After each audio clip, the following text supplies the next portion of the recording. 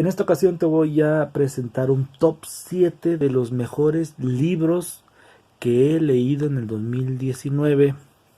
Libros que son ensayo, que son libros psicoanalíticos, que son de literatura, etcétera.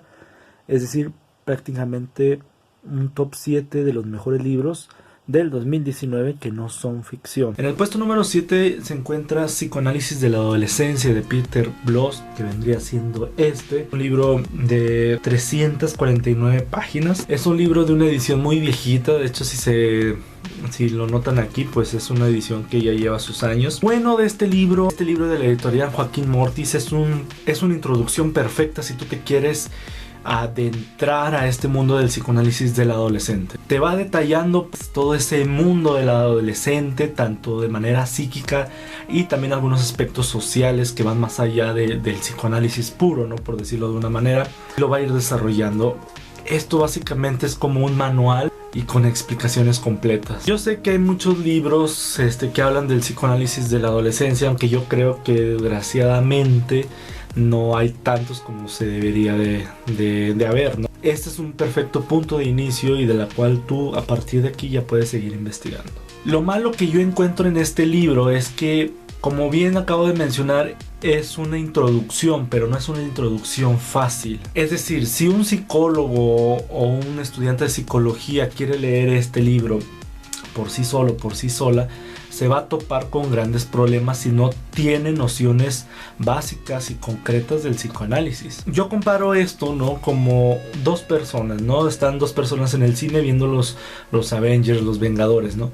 Una persona ya vio las 20 y tantas películas previas a los Vengadores y la otra persona no, la otra persona simplemente vio una que otra película o ninguna, pero le llamó la atención ver a este grupo de los Vengadores. Los dos en sí van a disfrutar la película, pero el que vio toda la historia, el que vio todas las películas, va a disfrutar un poquito más, ¿sí? Y el otro lo va a disfrutar de una manera simplona. Lo mismo ocurre con esto. Lo malo también de este libro es el aspecto en sí de este libro. Es decir, esta edición, yo sé que Peter Bloss tiene otros libros, ¿sí? Otros ensayos acerca del psicoanálisis de la adolescencia u otros trabajos del mismo. Pero yo quería y desgraciadamente no lo encontré en mejores condiciones. Está rayado, subrayado, etc. Y este es un trabajo muy importante de Peter Bloss que desgraciadamente no lo han vuelto a editar hasta donde yo sé. Simplemente hay que ver, este libro se publicó en 1962, ¿sí? En su versión original, en su idioma original, en inglés, y en español, en su primera edición a la lengua española, fue en 1971. Esto también puede ser algo negativo. Muchas de las cosas por las cuales atacan al psicoanálisis es precisamente el hecho del tiempo. Dicen que para ser psicoterapeuta o psicólogo necesitas estar actualizado, y cuando estás actualizado pues necesitas basarte en libros recientes, ¿no? Yo estoy totalmente en desacuerdo con esa idea, pues hay cosas actuales aparentemente serias que son una reverenda porquería, y hay cosas demasiado viejas que aún no seguimos teniendo o que aún se sigue practicando. Simplemente hay que ver el ejemplo, bueno, en situaciones de novelas como El Quijote de la Mancha de Cervantes, este libro que es el mejor de habla hispana y que jamás se ha podido quiera asemejar, ¿no? O Shakespeare, que se considera uno o el mejor escritor de todos los tiempos y que aún hoy en día no hay alguien que lo equipare, ¿no? Sorprendente, este libro no es, ¿sí?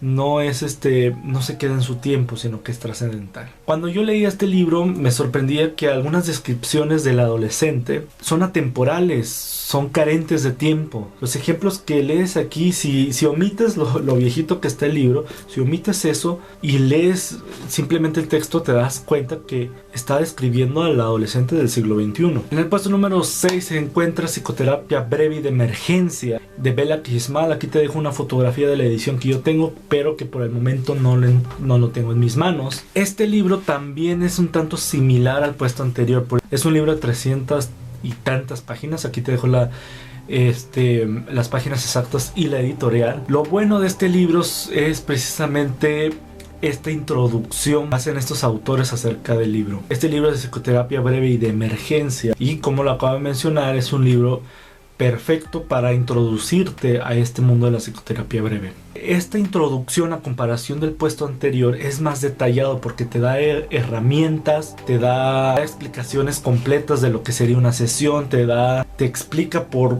cuántas sesiones debe de tener una terapia, puede ser desde 1 mes hasta 6 meses, te da inclusive pruebas, te da las herramientas teóricas que puedas usar. Es un perfecto resumen de lo que vendría siendo la psicoterapia breve y de urgencia. Otro aspecto bueno de este libro que ustedes lo pueden leer es, al menos este libro tiene, yo creo que un 70% de contenido psicoanalítico. Ignoro realmente si toda la psicoterapia breve tiene estas bases psicoanalíticas, pero yo creo que el 70% es de un sustento psicoanalítico, y el resto pues se combina mayormente con teorías conductistas, humanistas o de herramientas proyectivas o psicométricas. Otro punto más positivo que le veo a este libro es que la psicoterapia breve la puedes usar en instituciones en donde les importa más la cantidad en vez de la calidad. Desafortunadamente, terapias como la psicoanalítica u otra, pues es verdad que se necesita de cierto tiempo para notar cambio. Sin embargo, hay ciertas instituciones, sobre todo en programas como mexicanos, dudo mucho que nada más pase esto en este país, en donde te exigen cierta cantidad, es decir, ven a los pacientes como un número más que un ser humano, ¿no? Entonces esta terapia es precisamente ideal para eso, para solucionar la problemática por la que viene ese paciente. El paciente o la paciente necesita más, también te da esas recomendaciones, y eso es algo bueno de este libro, te da las recomendaciones de lo que puedes hacer si la paciente pues no le fue suficiente esa cantidad de sesiones que ofrece la psicoterapia breve. Bien, ahora pasemos a lo malo de este libro. Lo malo de este libro es precisamente esa introducción tan vasta, ¿sí? A estos autores me da la sensación a mí que quisieron explicar mucho en tan pocas páginas, ¿no? Decía un profesor de la universidad donde yo estudié que cuando pasábamos a exponer, ¿no?, y estaba todo empalmado en las diapositivas, nos decía, oye, ¿te cobran las diapositivas o por qué pusiste poquita, no? Yo entiendo que la idea de estos autores era hacer una introducción de la psicoterapia.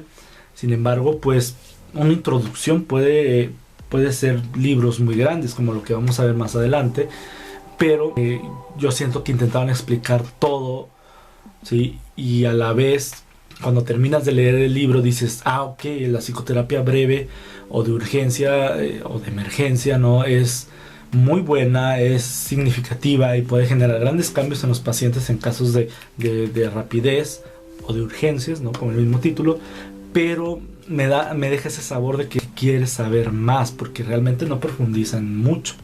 Otro aspecto negativo también lo comparte con el puesto anterior del psicoanálisis del adolescente.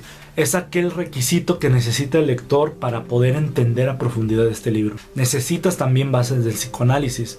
Si no conoces al menos lo básico, si lees el de Peter Bloss, pues sí necesitas un poco más de psicoanálisis profundo, ¿no?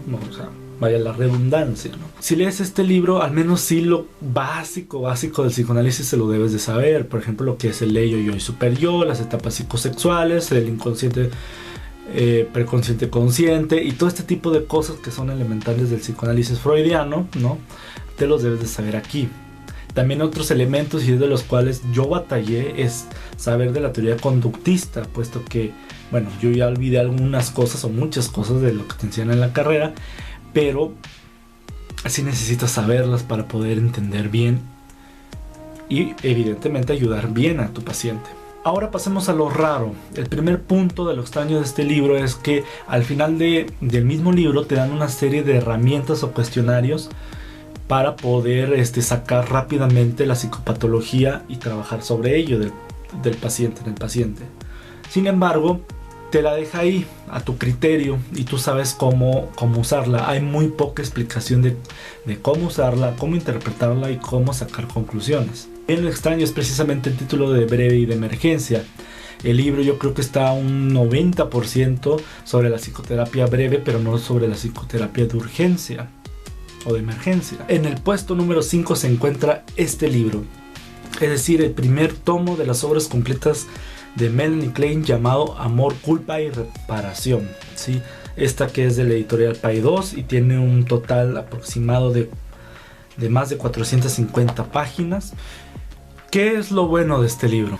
Hay muchos aspectos en realidad positivos que podemos sacar de este primer tomo. Yo creo que sería muy difícil abreviarlo, puesto que es algo pues muy grande abreviar a Melanie Klein. Durante la maestría en psicoterapia psicoanalítica leí a Klein, o supe de la teoría de Klein mediante fuentes externas.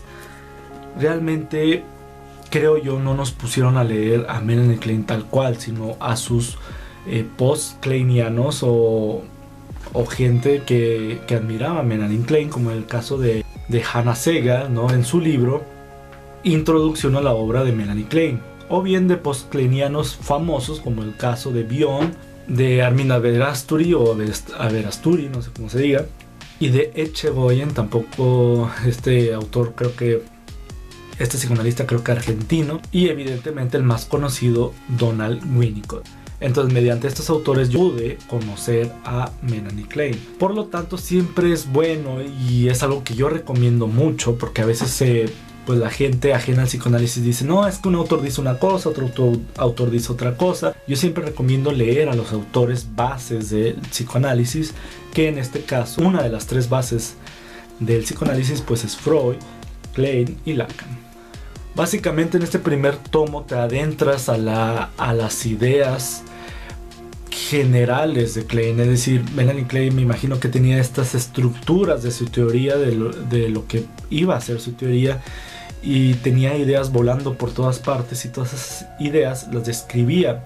Entonces es muy interesante, al menos para mí, y esto es un punto bueno, leer los primeros escritos de estos grandes autores o de cualquier otro autor, porque leer los primeros e irlos acompañando, ¿sí? En sus escrituras, en sus libros, para que te vayas enterando cómo va a ir modificándose su teoría. Y este es el caso de Klein, que después aspectos que describe aquí les da los nombres que ya todos conocemos en el tomo 2, supongo, no lo he leído. Ahora vamos a hablar un poco de lo malo de este libro. Lo malo de leer este libro es precisamente Klein. Klein comparte esa característica de estos grandes autores como Freud o Lacan, que son complicados de leer. A comparación de Freud y Lacan, Klein no es tan pesada, no es tan complicada de leer, pero yo creo que si de no leer nada, ¿sí?, a leer directamente esto, sí es un poquito pesado, no tanto, ¿verdad?, leer a Klein. Otro aspecto negativo de este libro es recordar que Melanie Klein no se consideraba a ella misma kleiniana. De hecho, ella, como muchos otros autores, se consideraban freudianos. La teoría kleiniana, la teoría de Melanie Klein, ¿sí?, va basándose en aspectos freudianos, sobre todo esos aspectos o esa teoría psicoanalítica de Freud o de otros freudianos como Abraham o Ferenczi, no sé cómo se diga, sobre todo esas teorías de estos freudianos o del mismo Freud, como digo, de una etapa primaria de la vida del ser humano. Ahí es donde Klein empieza a teorizar y a construir toda su teoría. Entonces, si no tienes esas nociones de estos psicoanalistas freudianos, pues yo creo que también vas a batallar un poco más. Y bueno, esto es algo bueno y algo malo, depende de cómo lo veas. Yo lo veo malo para aquellas personas que se están iniciando a esto. Lo malo también de este libro es que por más que lo leas, siempre vas a sacar algo nuevo o vas a reinterpretar algo que tú creías que ya estaba totalmente digerido, masticado e interpretado. Siempre le vas a sacar algo diferente, ¿sí? Si eres una persona con poca paciencia, pues esto te va a desesperar. Pasemos ahora a lo raro. Algo que siempre se me hace extraño de este libro y de la autora de Melanie Klein en general, es que haya escrito tan poco a comparación de Freud o de Lacan. Pero aún así, lo extraño y maravilloso es que de haber escrito tan poco haya profundizado tanto. A diferencia de Freud, que evidentemente por ser su teoría psicoanalítica trató de abarcar muchas cosas, Lacan, leyendo a Freud, también trató de abarcar muchas cosas. Melanie Klein como que le valió madre esto y se dedicó a un solo punto, por eso aparentemente es poco, pero que en realidad profundizó tanto que aún hoy en día leer a Klein es básico. Otro aspecto extraño es que tanto Freud como Lacan, a veces cuando lo lees parece que estás leyendo poesía, parece que estás leyendo novela, parece que estás leyendo todo menos psicoanálisis. Klein se aparta de todo este tipo de situaciones para decorar la teoría y va directamente al grano. Se explica las cosas directamente al grano sin necesidad de tantas palabras rebuscadas, complicadas o bonitas. En el puesto número 4 se encuentra este libro, que es el primero que no es psicoanálisis y el primero que es un ensayo tal cual. Es de Carlos Fuentes y se llama En esto creo, de la editorial Alfaguara. Sí, es una edición muy bonita. Como pueden notar, pues hay muchos papelitos de estas cosas que se me hacen maravillosas. Y tiene un total de páginas aproximadamente de 365. Muy bonito. Bien, empecemos con lo bueno. La manera de escribir de Carlos Fuentes es extraordinaria. Ya sea que leas sus cuentos, sus novelas o sus ensayos, te vas a divertir extraordinariamente. En este caso, en este libro, la opinión que tiene, o como dice el título, lo que él cree sobre un montón de temas es simplemente sublime. Un placer leer este libro, o es un placer leer a Carlos Fuentes, porque cada vez que lees a Carlos Fuentes en sus ensayos, específicamente este, por la cual está en cuarto lugar, es como si estuvieras leyendo a un filósofo, a un psicoanalista, a un psicólogo, a un político. Te olvidas que Carlos Fuentes simplemente era un escritor y un abogado, pero cuando lo lees y sabes sus opiniones de ciertas cosas, es algo increíble, ¿no? Te habla de filosofía, de política, de literatura, un sinfín de cosas y da su opinión sobre eso. Y lo increíble de este libro es que literalmente conoces la intimidad o los sentimientos del autor. Pues este libro, no sé si haya otros, pero es el más sincero y el más íntimo que he leído de él, inclusive más que sus novelas. Y lo mejor de este libro, los aspectos positivos más grandes, es que Carlos Fuentes no usa palabras complicadas, rebuscadas o rimbombantes, pomposas, ¿no? Sino que lo escribe tal cual. Tú pones en YouTube ahí entrevistas a Carlos Fuentes y así como lo escuchas, ¿no? Que era un hombre que parecía una biblioteca andando, así como lo escuchas, así está escrito esto. Ahora vamos a ver los aspectos malos o negativos de este libro, que realmente son pocos. Lo malo de este libro es que podríamos decir que en esto creo es muy personal. Y a muchos esto se le puede hacer aburrido. Tú nunca has leído a Carlos Fuentes, yo no te recomiendo que comiences con este libro. Hay otros muy interesantes que puedes leerlos, ¿sí? Para que ya entiendas de qué habla o de qué trata Carlos Fuentes, y ya después vienes a leer esto. Otro aspecto malo o negativo de este libro es que es corto.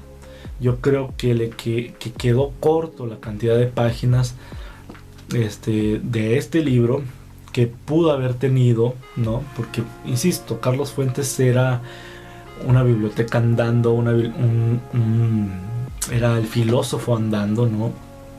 Yo creo que son pocas páginas a comparación de lo que él sabía o sentía. Y pues como cuando eres fanático de cierto autor, artista o cantante, pues siempre quieres saber más. Ahora pasemos a lo raro de este libro. Me duele un tanto admitirlo, pero a pesar de que es muy bonito y es muy entretenido este libro, creo que fue sacado por sacarlo. Siento que la editorial o quien lo manejaba decía: necesito que saques algo, lo que sea, haz un libro de lo que tú pienses, de lo que tú sientas, y lo publicamos, ¿no? Yo pienso que así surgió este libro. ¿Por qué lo digo esto? Porque hay otro libro de él que se llama La Gran Novela Latinoamericana. Lo dejo aquí, también lo he leído y está por ahí atrás.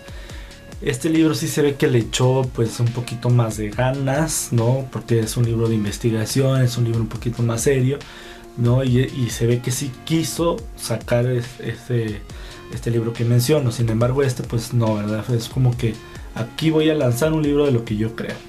Bien, antes de continuar con el puesto número 3, 2 y 1, se me acabó la pila de la cámara, así que voy a empezar a grabar con el celular. Se me había pasado estar haber cargado la cámara, pero bueno. En el puesto número 3 tenemos nada más ni nada menos que La interpretación de los sueños de Sigmund Freud, que en esta ocasión lo leí bajo este editorial que es Siglo XXI, que bueno, mis opiniones acerca de esta edición pues sí son un poquito negativas, pero La interpretación de los sueños está en el puesto número 3. Bien, vamos a hablar ahora de lo bueno de este libro. En general, el libro de La interpretación de los sueños es todo bueno. Por alguna razón, el mismo autor menciona que la interpretación de los sueños es lo mejor que llegó a escribir. Explica por fin la interpretación real de los sueños y le da una explicación hasta cierto punto lógica, le da un significativo real, más allá de lo imaginario que había antes. Algo que curiosamente, como digo, no se discutía con anterioridad, puesto que tenían otras interpretaciones u otros motivos los sueños. Y eso es lo mágico de este libro. Otro aspecto positivo de la interpretación de los sueños o de las obras en general de Freud es que Freud era pues un obsesivo compulsivo, ¿no? Entonces los detalles descritos en sus ensayos, en su teoría psicoanalítica, son muy profundos y son demasiados, ¿no? Y no es la excepción en la interpretación de los sueños. Es tan grandioso este libro de la interpretación de los sueños que no hay ningún cabo suelto, todo lo explica muy bien. Tan es así que en el psicoanálisis la interpretación de los sueños es de lo menos debatido hoy en día. Normalmente en otros aspectos del psicoanálisis se empieza a agregar ciertas cosas que el autor no vio, en este caso Freud no vio, inclusive se empieza a reinterpretar toda la teoría psicoanalítica. Hay psicoanalistas que reinterpretan, como el caso de Lacan, toda la teoría psicoanalítica. Sin embargo, los sueños pues se quedó, si lo podemos ver de alguna manera, estancado, pero no es porque se haya quedado estancado, sino que se explicó muy bien todo. Si tú buscas saber o adentrarte a este mundo de los sueños, el libro de la interpretación de los sueños de Freud es pilar, simplemente es algo primordial que tú debes de conocer, tanto de manera personal como para tus pacientes, pues es algo que es necesario. El inconsciente se ve por lapsus lingüe, por ciertos mecanismos de defensa, pero se nota un poquito más claro cuando interpretas el sueño de tu paciente. Y si quieres dedicarte a esto de los sueños, es necesario que leas esto. ¿Por qué? Porque allá afuera pues hay muchísimos libros que son un montón de cosas de charlatanes, pues. Empecemos ahora con lo malo de este libro. El primer punto negativo que yo encuentro de la interpretación de los sueños es algo muy común en Freud, que son las disculpas. Son demasiadas las disculpas que ofrece Freud al principio de la interpretación de los sueños. Aunque esto se entiende porque a lo largo de toda la historia o de toda la existencia del psicoanálisis siempre ha sido muy atacado. La teoría como tal se ataca demasiado, ¿no? Entonces, cuando vivía Sigmund Freud, aparte de atacarse al psicoanálisis, se atacaba también demasiado a él. Se decía un montón de barbaridades. Pero a veces siento que exagera, y cuando leí la interpretación de los sueños por primera vez dije, es exagerada la forma en que se disculpa. Inclusive se disculpa de cosas que él mismo adelantaba que se le iba a criticar. Es decir, todavía no se le criticaba de algo cuando ya pedía perdón. Es exagerado que les voy a demostrar a continuación el grosor que tiene, al menos en esta edición, todas las disculpas que ofrece Freud en la interpretación de los sueños. Todo esto que ustedes pueden observar aquí es la cantidad de disculpas que Freud ofrece en su interpretación de los sueños. Les digo, yo creo que debió ser un infierno ser hasta cierto punto Freud, porque todos los días recibía ataques de todas partes. Otro aspecto negativo, como lo menciono, les puede sonar negativo, otro es positivo, es que Freud menciona en la interpretación de los sueños y en otros textos que se basó en muchos sueños, en cientos, en miles de sueños de sus pacientes, o inclusive de él mismo. Puede decir que analizaba sus propios sueños de la infancia. Freud era un genio, inclusive desde chiquito, ¿no? Y desde chiquito anotaba todos sus sueños. Sin embargo, esa cantidad de sueños que hubiera sido interesante leer para comparar lo que decía con el sueño en sí, pues no está tan claro aquí. De hecho, son pocos los sueños que menciona Freud. Básicamente solo menciona unos cuantos sueños, creó su hipótesis, creó su teoría y vació los resultados. Y bien, ahora lo raro de este libro, de esta interpretación de los sueños, es, pues regresamos otra vez a lo de los sueños en sí.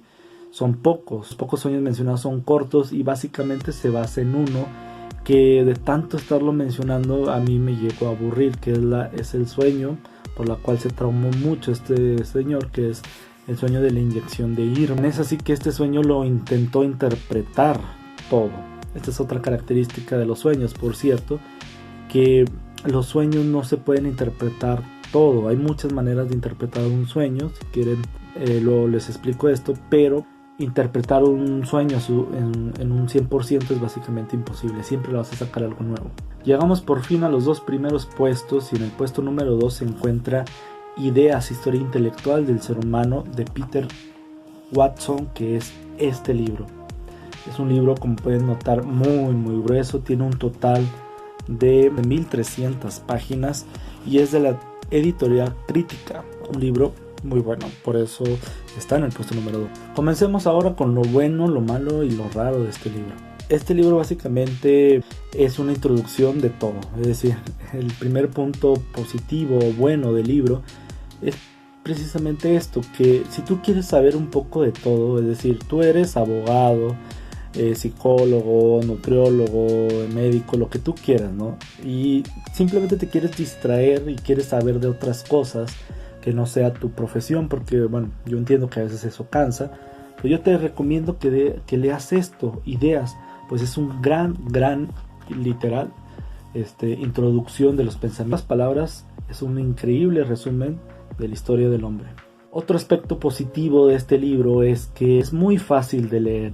He leído otros libros de este tipo en donde son palabras rebuscadas, complicadas, profundas, ¿no? Pero realmente este libro es sencillo de leer, y eso es algo muy entretenido, puesto que no tienes que estar ahí a cada rato buscando en el diccionario qué quiso decir esa palabra para poder entender la totalidad de lo que quiso decir el autor. Y sobre todo sin juicios de valor, que es algo que yo admiro mucho en este tipo de libros. Por ejemplo, yo he estado leyendo a lo largo de mi vida muchos libros de esta temática, donde planean en un solo libro explicar muchas cosas. Por ejemplo, que creo que se llama así, bueno, voy a poner una imagen del libro que yo tengo, que se llama Historia de la filosofía política de este autor, no recuerdo el nombre, que evidentemente te va explicando esta parte del ser humano que es pues la política, cómo ha ido evolucionando, cuáles fueron los sistemas políticos, o básicamente cómo se ha gobernado el hombre a lo largo de toda su historia. Este libro es extraordinario, insisto, si tú quieres saber un poquito de todo. Sin embargo, el autor, yo creo que de la mitad del libro hacia adelante, cuando ya estaban en el siglo XIX, del 19 para acá, pues ya hay mucha crítica o mucho juicio de valor, es decir, mucha opinión que realmente no debes de dar. Sin embargo, este libro es precisamente eso, son situaciones concretas que inclusive te invitan a imaginar todos esos sucesos del ser humano, y eso es algo increíble, estar leyendo sin estar sabiendo la opinión del autor, simplemente los hechos. Ahora bien, vamos a iniciar con lo malo de este libro. Hay que entender que este libro es una gran introducción, es decir, es un libro de cultura general. Evidentemente, si tú quieres buscar sobre un tema en específico, si tú quieres profundizar sobre un tema histórico, no lo vas a encontrar aquí. Mejor búscalo en otros libros que hablen de un solo tema en un solo libro. También otro aspecto negativo es que algunos temas yo siento que son un poco banales o un poco superficiales, que no profundizan mucho. Es decir, yo lo siento como un copy-pega. Por ejemplo, yo lo noté en temas cuando empezó a hablar sobre las ideas o cómo surgió las ideas en cuanto a cuestiones psicológicas, filosóficas, psicoanalíticas o inclusive cuando tocó el tema del marxismo. Si bien no lo critica o no hace ningún comentario al respecto, es decir, son puros hechos, lo malo es que, como yo siento, bueno, yo es lo que más leo, estos temas que acabo de mencionar es lo que más leo, yo siento que los trato de manera superficial y no tan profunda. Si tú no tienes conocimiento de estos temas y lees esto, a lo mejor no te parece tan interesante porque el autor no lo muestra tan interesante. Por último, el punto malo, no tan malo, ¿sí? Es el grosor en sí del libro, ¿sí? Como pueden notar, son más de 1300 páginas, ¿sí? Y yo creo que a muchos esto se le puede parecer pesado. Si tú quieres saber, insisto, si tú quieres saber de todo un poco, pero no te interesa este grosor tan exagerado, porque aparte es pesado. Entonces pues te recomiendo otros libros que, por ejemplo, que hay varios aquí, ¿no?, que voy a poner, como la historia de los dioses o historia breve de México, que son como que cultura general. Pues yo te los recomiendo para aquellas personas que se les puede hacer complicado estar leyendo un montón de páginas, porque sí es pesado tener un libro en todos los sentidos, tanto literal como hasta el momento de estarlo leyendo. Entiendo esto y pues evidentemente no te recomiendo este libro. Pasando a lo raro de este libro, precisamente es esa sensación que te da de copia y pega. Yo siento que Peter Watson, que es el autor de este libro, intentó explicar tanto que le faltó hojas y le faltó, no sé, tiempo. Pues es básicamente una labor titánica de escribir la idea. Cuando tú tratas de describir el concepto de idea, es muy complicado de escribir o hacer un tratado de idea. La idea es tan sin forma, ¿no?, que es difícil de escribir un tratado de ideas. Más si tú quieres describir la historia de esas ideas, surgen o cómo se materializa esta idea, porque la idea en sí pues está en el mundo vagando por ahí y no existe como tal. Existe cuando ya se materializa, ¿no? Por ejemplo, alguien tuvo la idea, bueno, Peter Watson, de escribir esto. Cuando estaba formulando esto en su cabeza no existía como tal, y la labor titánica es haber escrito todo esto, y eso es lo raro. Bien, por fin tenemos al puesto número 1, que es el mejor libro no ficción o el mejor libro de ensayo, es decir, cualquier cosa que no sea poesía o novela. El mejor libro de todos estos es definitivamente este, que es Voces de Chernobyl, de la autora, espero pronunciarlo bien, Svetlana Alexievich.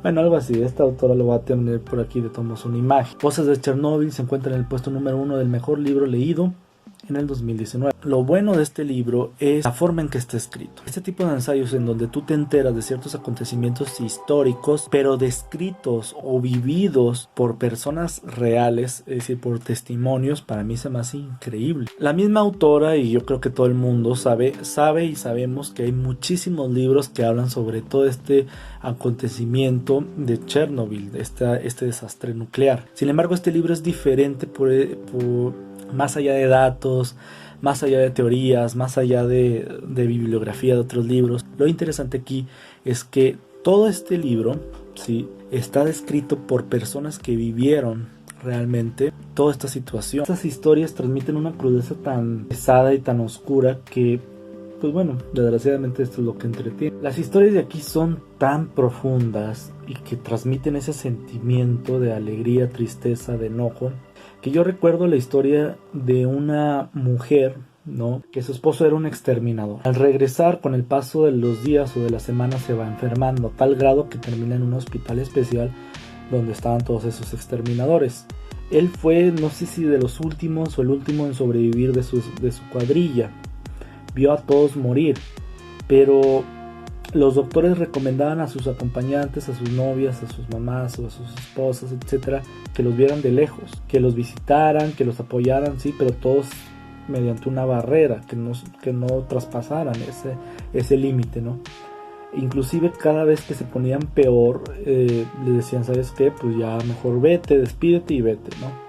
Sin embargo, la esposa de este exterminador estuvo a su lado, sentado literalmente a su lado, y veía cómo se le caía la piel, veía cómo estaba muriendo, cómo estaba sufriendo, y la fidelidad o el amor de esta mujer hacia su esposo fue tanta que estuvo ahí literalmente al final, y fue tanto su amor que inclusive ya después le detectaron, creo que afortunadamente tenían un hijo o 2 hijos, pero le detectaron que ya no podía tener hijos por tanta radiación. Básicamente su interior se contaminó, ¿no?, y ya no pudo tener hijos. Entonces este tipo de historias son simplemente sorprendentes.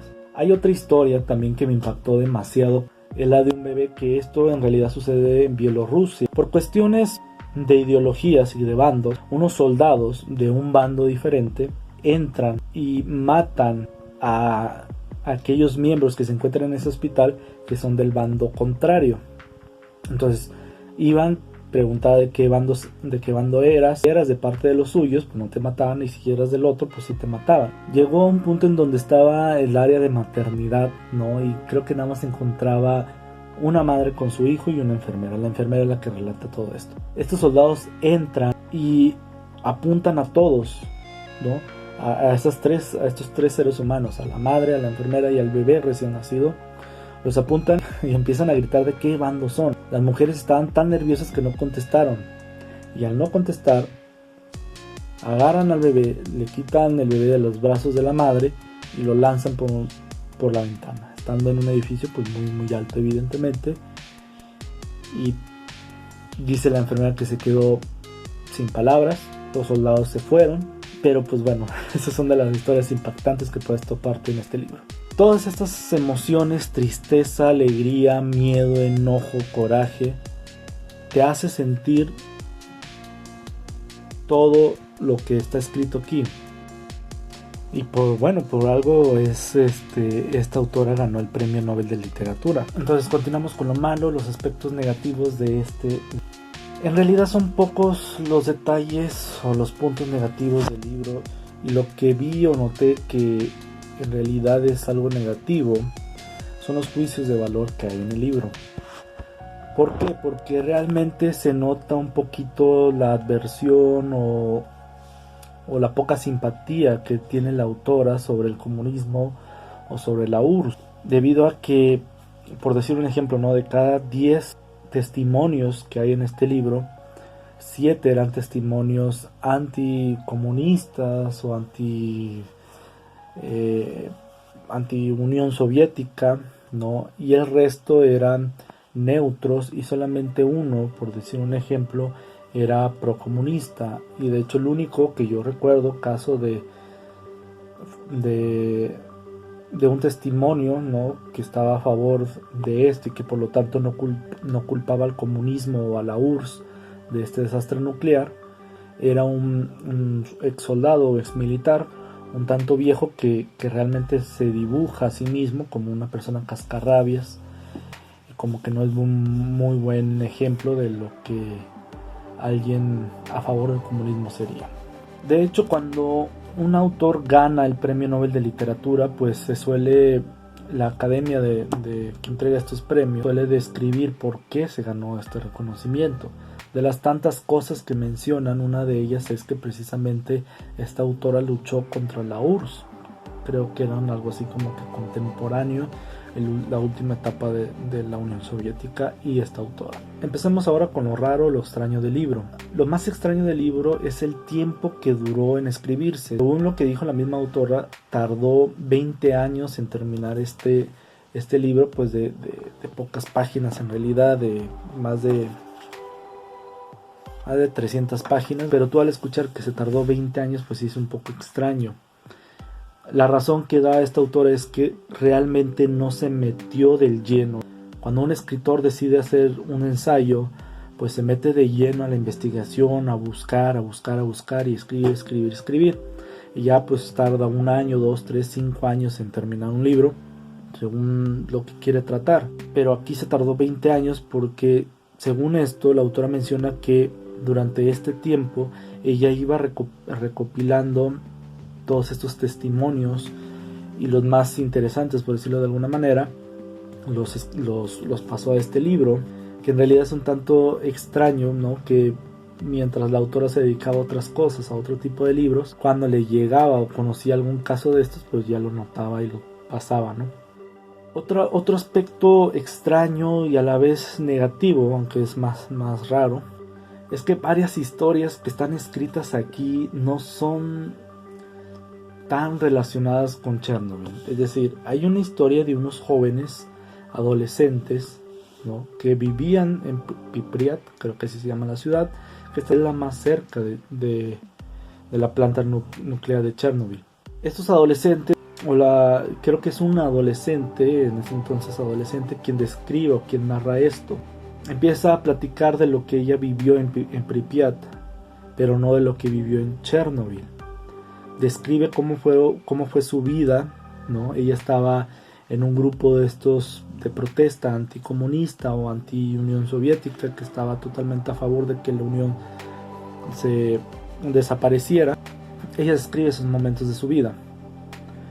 Lo extraño es que de repente se va no sé si meses o semanas antes de ese terrible accidente de la planta nuclear. Entonces no tiene mucho que ver realmente con lo de Chernobyl. Es interesante por sí solo porque, pues bueno, a mí se me hace interesante que alguien platique acontecimientos tan grandes como estos o simplemente históricos, ¿no? Pero en realidad es raro porque no tiene mucho que ver con Chernobyl, tal cual. El último punto extraño, no sé si lo que vaya a decir sea objetivo o, o sea también con cierta pasión, puesto que yo estoy un tanto, o me inclino más a la idea de la izquierda, del marxismo, del comunismo y todo este tipo de situaciones, ¿no? Me hace muy interesante y es una ideología, una filosofía y una teoría económica muy interesante que pienso yo que todos debemos aplicar en nuestras vidas. El punto es que en este libro te, te deja la sensación al final de que todo fue culpa de la URSS y por lo tanto todo fue culpa de la ideología marxista o de todas estas cosas que tienen que ver con el marxismo-leninismo, es decir, con Lenin, ¿no? Con Lenin y Karl Marx. Te da a entender esto, aunque no te lo dice explícitamente, sí te lo va diciendo detalles por detalles, ¿no? Testimonios que se quejan de esto, testimonios que se dejan de aquello, testimonios que se quejan de la URSS, del marxismo, etcétera, ¿no? Entonces te da a entender que la culpa de toda la desgracia de Chernobyl y de lo que ocurrió antes y después fue por culpa de esto que acabo de mencionar. Sin embargo, yo no creo en la culpa total. Yo no creo que una persona, un grupo o una sociedad tenga la culpa totalmente. Por ejemplo, el nazismo, ¿no? El nazismo, todo el mundo le echa la culpa de todas las atrocidades que cometieron el nacionalsocialismo. Muchos se lo culpan a Hitler, pero Hitler simplemente era como que la cara de todo esto. Había gente, me atrevo a decir que hasta con más poder o con más inteligencia que el mismo Hitler, que manejaba todo. Inclusive el Partido Nacional Socialista o la ideología esta no hubiera surgido, no hubiera tenido tanto poder como lo que tuvo si este partido o esta ideología no hubiera sido apoyada por la gente. Entonces no creo en la culpa única de un grupo o de alguien o de una ideología. Culpar de todo lo que pasó en el nazismo a Hitler es absurdo, porque realmente tuvo la culpa varios factores, inclusive factores que tienen que ver con la URSS, con los ingleses, inclusive con los estadounidenses. Pero bueno, esa es otra historia. Acuérdense que en la guerra, realmente cuando ocurre una guerra, todos son culpables, en el sentido de que todos los que manejan el poder son los culpables en esto, porque de ellos está que ocurra o no ocurra una guerra. Al contrario, la URSS marca un antes y un después en todos estos estados soviéticos. Rusia hoy en día no sería la misma sin la URSS. Yo creo que sería muy atrasada.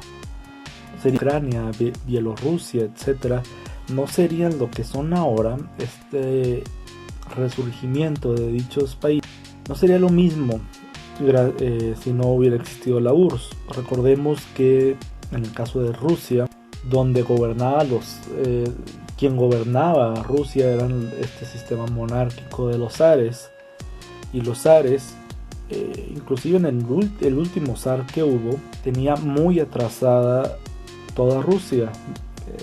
Era un pueblo, inclusive parecía que estaba atrasado por siglos, mientras Estados Unidos, Inglaterra, inclusive varias partes de Europa, como por ejemplo Francia, crecían y se metían a esta batalla de la revolución industrial.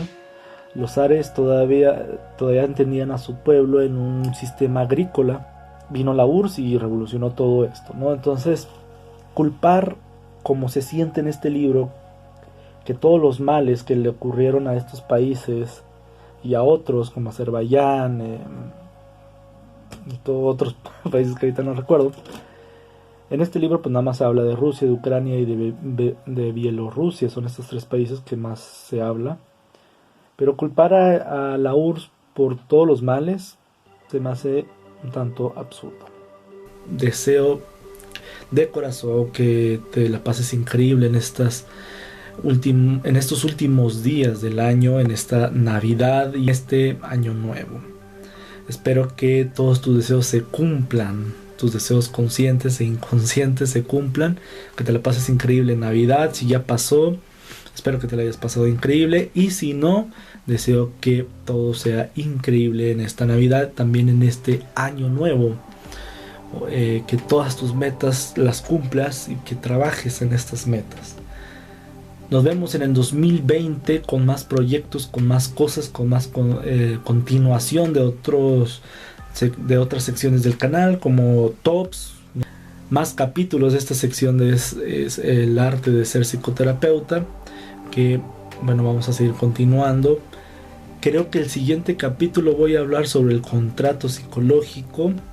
Esperen verlo, es muy interesante y es muy importante la psicoterapia. Espero que te haya gustado el video, ¿sí? Te invito a que le des like, a que te suscribas a este canal, a que lo compartas, a que comentes acá abajo, a que me sigas en mi página de Facebook como Hagamos Consciente lo Inconsciente. En fin, que hagas todas estas cosas para que este contenido de este canal de Hagamos Consciente lo Inconsciente se vaya popularizando y vayamos creando una comunidad en relación a todo este tipo de mundo, ¿no? de la psique del ser humano.